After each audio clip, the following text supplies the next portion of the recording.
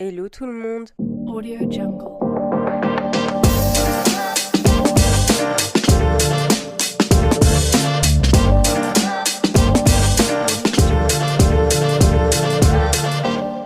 Ça me fait très plaisir de vous retrouver maintenant que je suis installée dans mon nouveau chez moi. Si vous m'avez suivi sur les réseaux, j'ai déménagé, j'ai enfin réussi à trouver quelque chose, mais c'est pas le sujet du jour. Aujourd'hui, je voulais vous parler de mon anxiété.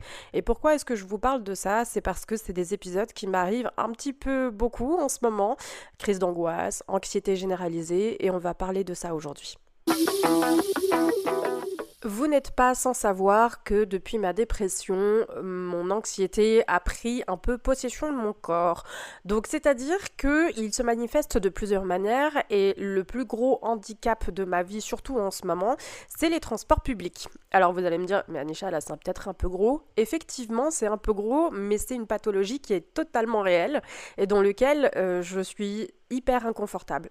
C'est-à-dire que me mélanger à la foule une fois que je suis dedans, c'est bon, mais m'y mettre, ça c'est tout un challenge pour mon cerveau qui n'a pas du tout envie d'y être. Vous voyez, là par exemple je tourne, j'ai un rendez-vous dans pas longtemps et il faut que j'aille prendre mon bus. Sauf que j'ai pas envie d'y aller, pour être totalement honnête, de me retrouver dans la ville, etc. Je suis bien chez moi. Sauf que c'est un peu handicapant et je me rends bien compte que c'est pas du tout ce qu'on me demande, parce que être reclus tel Bernard Lermite, c'est pas ok, et qu'il faut un minima de sociabilisation. Et cette sociabilisation, j'aime bien être dans mon cocon, c'est-à-dire que j'aime bien être avec mes amis, j'aime bien être avec ma famille, ça me fait du bien. Mais là, depuis que j'ai déménagé, j'avoue que j'ai beaucoup d'épisodes de crise d'angoisse. Je me sens comme complètement perdue, et vous allez me dire que c'est totalement normal au vu de ce que j'ai traversé, les retombées, etc. Donc j'essaye vraiment de me raisonner, de pouvoir avancer et de pouvoir tout simplement ne pas faire en sorte que mes anxiétés et mes angoisses prennent le pas sur ma vie de manière générale. Donc c'est un peu un combat mental en ce moment, je vais pas vous mentir. C'est un peu pourquoi est-ce que je suis omniprésente, parce que j'ai beaucoup de choses à faire. Et ça m'a un peu saoulée sur beaucoup de choses parce que moi, dès que je me planifie quelque chose, j'aime bien m'y tenir. Et quand il y a plein de choses qui viennent se rajouter, des choses un peu plus urgentes que ce que j'avais planifié, eh bien ça m'agace. Voilà. J'avoue que pour combattre cette anxiété, j'avais mis en place une planification dans mon agenda, en écrit, une planification d'absolument tout. C'est-à-dire quel jour je fais du ménage, à quelle heure je dois faire mon yoga, à quelle heure je vais promener Coogie. Enfin voilà, j'avais un peu quadrifié ma vie comme ça. Quadrifié, pas quadrifié, ça se dit pas. Bref, c'est pas grave. Mais parce que en fait, c'était pour justement me donner l'énergie de faire les choses, parce que j'aime bien être un peu proactive. Mais proactive quand ma tête a envie d'être proactive dans ce qui m'arrange. Vous voyez, et ça, c'est pas la meilleure chose. C'est-à-dire que, par exemple, pour ce rendez-vous, là, je me suis donné un petit peu mais quand je vous dis toutes les excuses inimaginables que ma tête me fait subir, c'est à peu près ça. C'est-à-dire que, par exemple, je suis une femme, je suis dans la mauvaise période du mois, et j'avais un peu peur que mes douleurs m'empêchent de faire quoi que ce soit, et je suis agréablement surprise de constater que finalement, en fait, je vais bien, que je peux faire quand même deux, trois choses. Alors c'était un peu compliqué les 2 premiers jours, et puis après, voilà, les douleurs pas plus manifestes que ça. Donc là, je ne peux même pas me dire je peux pas y aller à cause de mes douleurs. C'était une excuse. Vraiment, on se le dit en toute sincérité, c'était une excuse. Pour éviter justement d'aller prendre les transports, d'aller me mélanger aux autres. Alors encore une fois, j'aime beaucoup le monde, je suis ce qu'on appelle une personne ambivertie, c'est-à-dire que je suis à la fois introvertie et à la fois très extravertie. Et de base, quand j'étais enfant, j'étais plutôt l'enfant plutôt extraverti au monde, qui adorait aller discuter avec les autres, aller faire de nouvelles connaissances, donc de base, je n'avais pas du tout peur de la foule. C'est vraiment depuis mon burn-out ainsi que ma dépression que vraiment toute cette anxiété sociale s'est mise en place, et je remarque que depuis que je suis suis toute seule, c'est vraiment une vraie galère.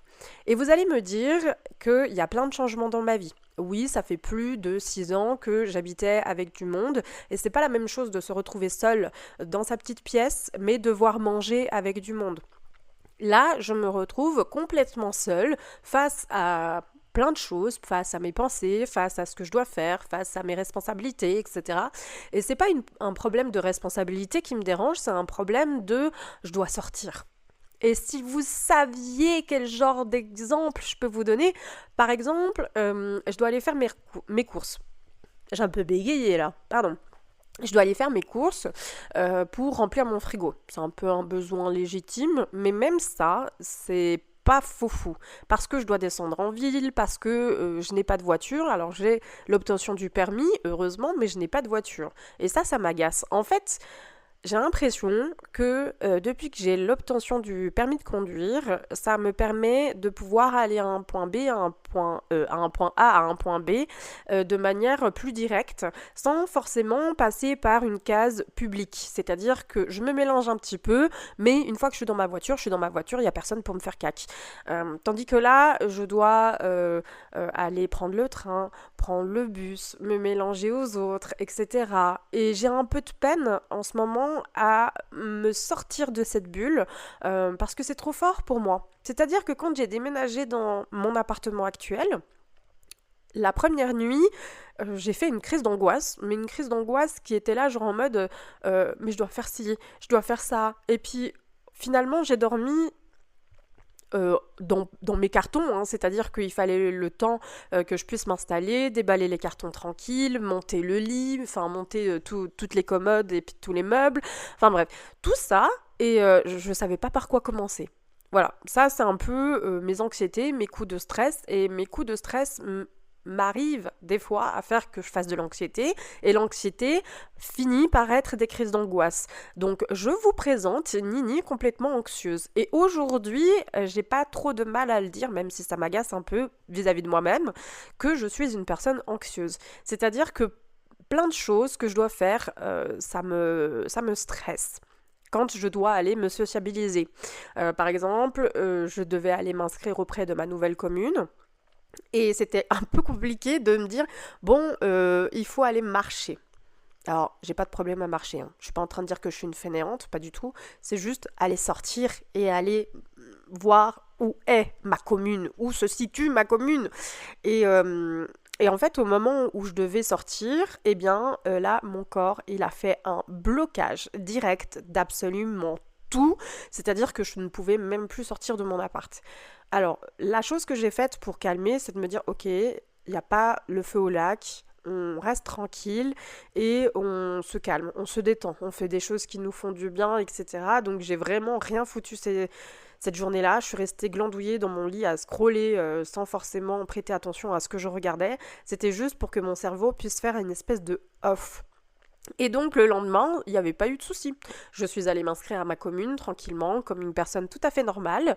Mais c'est juste pour vous expliquer que mon anxiété est vraiment quelque chose d'assez handicapant, même très handicapant, et que je ne sais pas trop quoi faire. À l'heure actuelle, je n'ai pas de conseils à vous donner, si ce n'est que si c'est trop, mais vraiment trop pour vous, autorisez-vous des journées off si c'est pas urgent. C'est-à-dire que on remet au lendemain, mais ça veut dire que le lendemain, vous devez le faire. Voilà, c'est à peu près ce que j'essaie de me dire. Là, par exemple, le rendez-vous, ça fait des mois que je l'attends, je peux pas tellement me dire « Oh non, il faut que je le déplace. Là, il faut vraiment que j'y aille pour faire avancer les choses. Comme ça, je suis tranquille. Surtout que si je déplace, j'ai peur que j'attende encore de nouveau 3 mois. Mais voilà, c'est des petites choses comme ça qui rendent un peu insignifiantes et qui s'installent progressivement dans votre corps. Et moi, c'est plutôt, je me pose 3000 questions et mon mental tourne en boucle, en boucle, en boucle, en boucle, en boucle et ne s'arrête donc jamais. Et ça me rend folle, c'est-à-dire je suis là, là j'ai pas demandé à stresser, mais non, mon corps me dit là il stresse, et je ne sais pas pourquoi. Je pense que le fait est que j'habitais avec du monde me privait un petit peu enfin, mettait une barrière plutôt au stress généralisé parce que j'avais toujours des solutions. C'est-à-dire qu'il y avait toujours du monde, que ce soit pour moi ou que ce soit pour Kugan, enfin voilà, c'est des choses comme ça. Et j'essaye actuellement de m'ancrer avec des petits moments qui me font du bien. Par exemple, hier, j'ai réalisé que j'étais chez moi. C'est-à-dire que je suis dans une période de ma vie là où je réalise pas tellement que c'est chez moi et en même temps je me dis c'est chez moi. Vous voyez ce que je veux dire? Et ça me fait un peu bizarre de me dire ah je me retrouve toute seule avec mon chien. Même si je le redécouvre depuis que on a déménagé tous les deux, parce que ben il est plus joueur, il est plus léger, il est plus calme aussi, il est moins nerveux. Enfin peut-être parce que moi aussi j'étais totalement nerveuse, ça c'est aussi possible, et que je lui donnais un peu ma nervosité, ça c'est totalement possible. Mais on se redécouvre les deux. Et hier, par exemple, quand je suis allée lui faire un petit pipi en fin d'après-midi, on a eu un magnifique coucher de soleil et un magnifique paysage sur les montagnes d'en face. C'est pour vous dire à quel point, en fait, c'est des petits moments comme ça où je trouve ça beau, merveilleux, ça m'ancre au moment présent et ça me fait du bien. Et c'est ce que j'essaye de plus en plus de faire, c'est-à-dire de prendre conscience de mon corps et prendre conscience du moment qui passe et que je partage, que ce soit avec les gens qui sont autour de moi, par exemple. Je discute beaucoup avec mes amis sur WhatsApp et ça m'aide beaucoup à m'ancrer dans le moment présent où je me dis ben je suis pas toute seule. Pareil pour ma maman qui est une personne qui en ce moment est très présente pour moi, elle vient très fréquemment chez moi, déjà parce que ben, ça lui fait plaisir et puis surtout parce qu'on partage des petits moments simples de la vie de tous les jours où j'ai pas besoin de courir ou de faire ci, juste je profite du moment où elle est venue chez moi et je me suis dit waouh, je peux l'accueillir chez moi sans qu'il y ait tout un tas de personnes autour, bien que ça me dérange pas, mais c'est juste là, c'est un petit moment intime avec elle et son chien parce qu'elle vient avec son chien. Mais vous voyez, c'est des choses comme ça où je me dis, quand je suis arrivée ici, je me suis dit waouh, on va se retrouver tout seul. Il faudra que je trouve des chiens et des propriétaires de chiens qui seraient d'accord de m'accompagner, que ce soit en balade ou enfin voilà, pour pas que Kugan ne se sente trop seul parce que je sais que le bien-être de mon animal fait aussi partie de tous mes questionnements et pas seulement moi. C'est-à-dire que il y a un moment là, je sens que mon corps il a envie de dire stop. Stop parce que ça fait depuis le mois de juin que je suis en train de courir partout, que ce soit pour des papiers, que ce soit pour trouver une solution. Et maintenant que tout ça est derrière moi, que je suis enfin installée, que les papiers, ben je dois quand même courir après des papiers, mais ce que je veux dire c'est que c'est moins intense qu'il y a ces quelques mois. C'est-à-dire que ça fait même pas 2 semaines, les gars, que je suis installée chez moi. Ça fait même pas 2 semaines que je prends conscience que c'est chez moi, avec ma déco, avec mon bordel, avec mes petites manies, etc. Et que je dois continuer à donner, c'est-à-dire bah, que ce soit mes recherches pour le chômage, que ce soit des papiers pour telle institution, enfin voilà, que des choses comme ça. Et je sens que mon corps, il a juste envie de dire stop. Stop à tout ça. Laissez-moi une pause parce que là, je dois redescendre en fait. Ce qui s'est passé dans ma vie n'est pas du tout normal. De devoir dormir dans un van n'est absolument pas normal. Et là, je dois réapprendre à dire je suis enfin arrivée, je suis chez moi, ce sont mes affaires, personne ne va venir dire bon bah écoute là il faut que tu remettes tes affaires dans un box et puis te retrouver de nouveau dans un van par exemple. Pour moi c'était vraiment très intense parce qu'il a fallu trouver des solutions en dernière minute. En fait, c'est-à-dire que même l'appartement s'est avéré que je l'ai eu en dernière minute parce que au départ, on avait dit avec le locataire que c'était un mois. On se donnait un mois pour pouvoir lui tout enlever, moi m'installer, faire les démarches, etc. Et en fait, ça s'est pas du tout passé comme ça s'est dégoupillé en moins de 2 semaines. 2 semaines très très très très intenses, les gars. Et pour moi, c'était vraiment un moment très intense, très stressant. Et là, j'ai l'impression que c'est un peu la retombée de tout. Donc c'est pour ça que je me dis, bon, sois indulgente avec toi-même. Ça, c'est aussi un truc que j'essaie de me dire parce que moi, j'essaie toujours d'aller contre mon gré, c'est-à-dire non, il faut y aller, non, là, faut le faire, etc., etc. Sauf que je ressens un appel de mon corps qui est en train de me dire, Anisha, là, je vais lâcher. Là, il faut que tu dises au chômage de temporiser, s'il y a possibilité de temporiser, parce que tu vas faire un craquage, et moi, je vais pas survivre à ça. C'est-à-dire que là, demain, j'ai rendez-vous avec ma psy, donc je vais lui en parler directement et lui demander ce qu'il faut faire, parce que je vois pas trop ce que je pourrais faire, ce que je pourrais faire de plus. Je n'arrive plus du tout à parler, excusez-moi. Mais voilà, c'est pour vous expliquer un petit peu mon état général avec mon anxiété et mes crises d'angoisse. C'est-à-dire qu'au départ, ça venait la nuit surtout parce que je m'occupais pas, j'avais pas tous les cartons à déballer, etc. Là, j'ai fini le 80% des trucs, je dois encore monter 2-3 choses et après c'est que du rangement et de la déco et des branchements électriques. Mais ça, c'est encore que du détail, les amis. Le plus gros est installé, le plus gros est là, le plus gros est fait, donc je suis très contente de moi. Mais c'est pour vous expliquer que c'est très pénible d'être avec ça. C'est-à-dire que cuisiner, par exemple, c'est quelque chose qui me fait du bien. Mais, c'est bête, hein. J'ai toujours peur de faire une facture d'électricité énorme. Et voilà. Je vous propose un petit exemple comme ça, là. Ça fait très longtemps que je n'ai plus habité seule, que je n'ai plus fait mes factures comme que moi, par exemple, ou ce que je dépensais, et parce que j'ai été trop habituée à vivre en colocation. Et c'est clair que habiter toute seule, tout d'un coup, on se retrouve avec toutes nos charges. C'est comme si quelqu'un partait de chez ses parents pour se trouver son premier appartement. Ça fait exactement le même effet. Et pourtant, j'ai vécu dans des appartements. Je sais ce que c'est de payer des factures d'électricité, des factures d'eau, enfin bref, tout ça. Sauf que du coup, là, j'ai l'impression de le redécouvrir. Et comme j'ai dit à des amis, pas plus tard qu'il y a une semaine, ça m'a fait trop rire, je me redécouvre la vie d'adulte alors que je la connaissais déjà. Et je pense que inconsciemment chez moi, ça fait un espèce de rebranding ou de peut-être pas de rebranding, mais plutôt de pas en arrière, où je suis là, mince, il faut tout que je recommence à savoir ce qu'il faut faire et si je le fais bien. Et moi, vous savez, avec mon côté perfectionniste, que j'adore faire les choses super bien et dans les plus brefs délais. Sauf que j'ai toujours peur de faire faux, que je suis complètement à l'ouest ou bien que je prenne des choses dont je n'ai pas besoin. Je vous explique, par exemple, là je suis en train de regarder pour mon assurance ménage, qui est une assurance obligatoire en Suisse. C'est pour tout simplement protéger mon appartement. Voilà, si j'ai des dégâts ou si je fais des dégâts à l'intérieur de mon appart, enfin des trucs comme ça.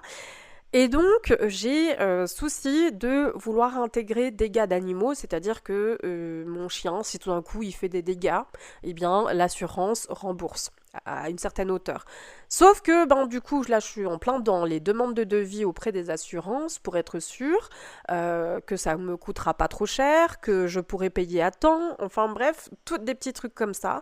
Et j'avoue, je suis surstressée avec ça parce que j'ai l'impression que si je prends telle et telle assurance, est-ce que ça vaut à l'autre, par exemple et si je vais chez la concurrence, est-ce que tout ça m'est nécessaire? Enfin bref, c'est des choses comme ça où on s'en rend pas compte, mais du coup, moi, j'ai toujours envie de faire le plus juste, sans forcément mettre des sous supplémentaires alors que j'en aurais pas nécessairement besoin, je vous avouerai. Et c'est un peu bête. Franchement, je vous le dis très honnêtement, c'est un peu bête de se stresser pour ça, parce que il faut le faire, c'est tout. C'est juste que j'ai l'impression d'être complètement perdue, mais après ça c'est moi.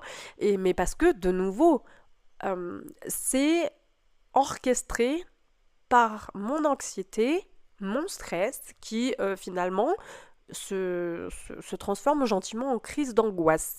Voilà, donc je ne dois pas perdre de temps, je le sais, mais j'ai aussi le temps. C'est-à-dire que j'ai le temps de pouvoir regarder, j'ai le temps de pouvoir me renseigner, etc. Et, et donc du coup, je sais que j'ai le temps. Sauf que moi, je me dis, non, il faut faire le plus rapidement possible, parce que si tout d'un coup, je fais un problème, etc., je suis pas sûre que ce soit la gérance qui prenne en compte, et puis ils vont peut-être me remettre la faute dessus. Enfin bref, vous savez, par exemple, là, On a un système de hotte chez moi pour la cuisine qui est un peu spécial, qui est très vieille en fait parce que le bâtiment est un peu vieux et du coup un peu spécial. Et cette hotte ne fonctionne pas. Voilà, c'est-à-dire que même le déclencheur qui est censé aspirer quand je cuisine ne s'enclenche pas. Et j'ai trouvé ça très bizarre, donc j'ai prévenu, parce que ben moi j'ai un contrat de sous-location, et j'ai prévenu le locataire, du coup il trouvait ça un peu bizarre. Donc là j'ai fait une vidéo pour leur montrer, en sachant que ben qu'est-ce qu'il y a, qu'est-ce que je peux faire de plus. Enfin voilà, que des petits trucs comme ça, et j'ai très très peur finalement que ça me retombe dessus et que la gérance me dise bah c'est votre faute. C'est que des petits trucs comme ça qui, finalement, mis bout à bout, me stressent énormément et me causent beaucoup de questionnements. Et donc, moi, j'ai la peur bête, c'est-à-dire que, enfin, aucune peur n'est bête. Voilà, je le dis, mais pour moi, je trouve ça un peu bête. C'est-à-dire que au lieu d'être un moteur, moi, il me paralyse. Et c'est cette paralysation qui est très handicapante. C'est-à-dire que, comme l'épisode où je me retrouve dans mon séjour bloqué parce que je ne peux pas aller vers ma porte d'entrée pour aller ouvrir et me dire je vais aller à ma commune, et bien là, c'est la même chose. C'est-à-dire que pour n'importe quelle chose officielle, ça me bloque et j'ai l'impression de faire n'importe quoi. Donc, ce qui fait que j'ai une espèce de procrastination là qui est en train de se mettre en route. Et ça, je ne dois pas le faire. Alors du coup, j'essaye par épisode d'être plus tranquille, mais j'avoue que c'est un peu, voilà, c'est un peu tangent. Mon bateau là, alors il est pas en train de se battre contre une tempête, bien évidemment, mais il est plutôt en train de se dire, ça tangue un peu quoi. C'est comme par exemple mon chien, je sais qu'il a habité plus de 6 ans du coup en colocation avec d'autres chiens, donc il n'était pas tout seul. Et là, de me dire, ah, il est tout seul, est-ce qu'il va pas s'ennuyer si je suis pas là, etc., etc. Je sais pas pourquoi est-ce que ça me fend le cœur comme ça. C'est-à-dire que c'est vrai que depuis un petit moment, depuis que je me suis installée là, ben mon chien est un très bon ancrage à tout ce que je dois faire, c'est-à-dire qu'il m'oblige à sortir parce que j'ai pas le choix d'aller lui faire une pissette, hein, les gars, et puis surtout d'aller faire sa dépense correcte, donc ça me permet de sortir. Mais par contre, j'avoue que j'ai un peu peur à chaque fois de me dire, bah là il faut que je fasse ci, là il faut que je fasse ça, et je ne sais pas quoi vous dire, vraiment, je ne sais pas quoi vous dire. Donc si vous avez des astuces, n'hésitez pas à me les partager dans l'espace commentaire. Et vous inquiétez pas, je sais que je vais en reparler de ces épisodes d'anxiété et d'angoisse parce que certainement que je vais trouver des termes et des mots dessus ainsi que des conseils à vous donner. Mais c'est vrai que c'est pour vous expliquer que c'est pas quelque chose à prendre à la légère. Et les gens qui disent ouais, je fais de l'anxiété. Alors, je dis pas que les gens qui disent ça mentent nécessairement, je suis pas en train de dire ça du tout. Je dis juste pardon, qu'il y a des gens qui comment dire, romantisent l'anxiété. C'est-à-dire que au lieu de dire bah je suis juste stressée, non, c'est de l'anxiété. L'anxiété, c'est vraiment quelque chose où c'est un état physique. L'angoisse aussi, hein.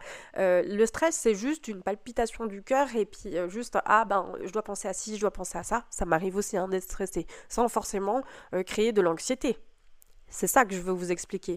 Et c'est justement, j'aimerais dire que l'anxiété a plus tendance à, comme moi, paralyser, à créer des craintes, à surenchérir le mental, à surenchérir le corps. Et c'est pas seulement que de la palpitation au cœur. C'est que des fois, j'ai envie de me tirer les cheveux tellement que ça me... J'ai l'impression d'avoir ma tête là qui est en train de gonfler gros comme un ballon. Voilà, c'est juste pour vous expliquer des petits trucs comme ça, mais je pense que c'est parce que j'ai perdu un peu mes repères et comme moi je suis un peu une routinière dans l'âme et j'aime pas dire ça parce que mon psychiatre a un peu raison dans ce sens-là, c'est-à-dire que je me suis un peu coupée du monde depuis des années et de me réinsérer dans ce monde, ben j'ai plus l'habitude des choses anodines de la vie. Voilà. Est-ce que c'est normal? Je ne sais pas. Est-ce que c'est juste moi qui me dis, bon, le monde là, il commence à me casser les fesses? Je ne sais pas. Mais voilà, j'avais vraiment envie de faire un petit aparté là-dessus. Je pense qu'avec l'arrivée des fêtes, les angoisses, le stress, l'anxiété, je pense que pour toutes les personnes nerveuses comme moi, je pense que c'est bien de l'entendre, vous n'êtes pas seul. Vous n'êtes pas seul à vivre ceci, vous n'êtes pas seul à vivre tout ce que vous êtes en train de vivre. Sachez qu'on est beaucoup plus qu'on le pense à vivre sous le stress, l'anxiété, l'angoisse de l'arrivée des fêtes, parce que c'est la fin d'année et que je pense avec toute la fin d'année, eh bien on se dit ah mais il faut que je fasse ci, ah mais il faut que je fasse ça, et on ne sait jamais si on est dans le juste ou si on est dans le faux.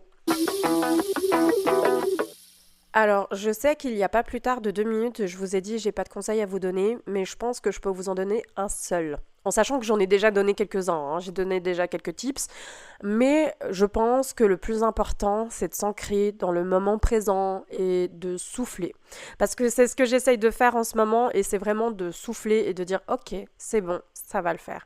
Donc voilà, ce sera mon unique conseil et le plus grand, je pense, de tout ce qu'il vous passe par la tête, même si c'est plus facile à dire qu'à faire. En tout cas, moi, ça me fait très plaisir de discuter avec vous. J'espère vraiment que ce sujet vous aura plu. Comme d'habitude, on lâche un petit pouce bleu si vous êtes sur YouTube, s'il vous plaît, ou mettez-moi une petite note sur Spotify, ça me fera toujours plaisir, et surtout de mettre en avant le podcast. J'essaye de mettre cet objectif-là en premier. En tout cas, moi, ça me fait très plaisir de vous avoir retrouvé. On se retrouve déjà le 9 janvier 2026, les gars. Waouh, ça passe trop vite le temps. J'arrive pas à m'imaginer qu'on est déjà en fin d'année. Je vous souhaite de très belles fêtes de fin d'année, un joyeux Noël, une bonne année, que tout vous réussisse dans la vie au mieux, ou vous apprennent des choses. Moi, je vous fais de très très gros bisous et on se retrouve au 9 du mois prochain. Ciao!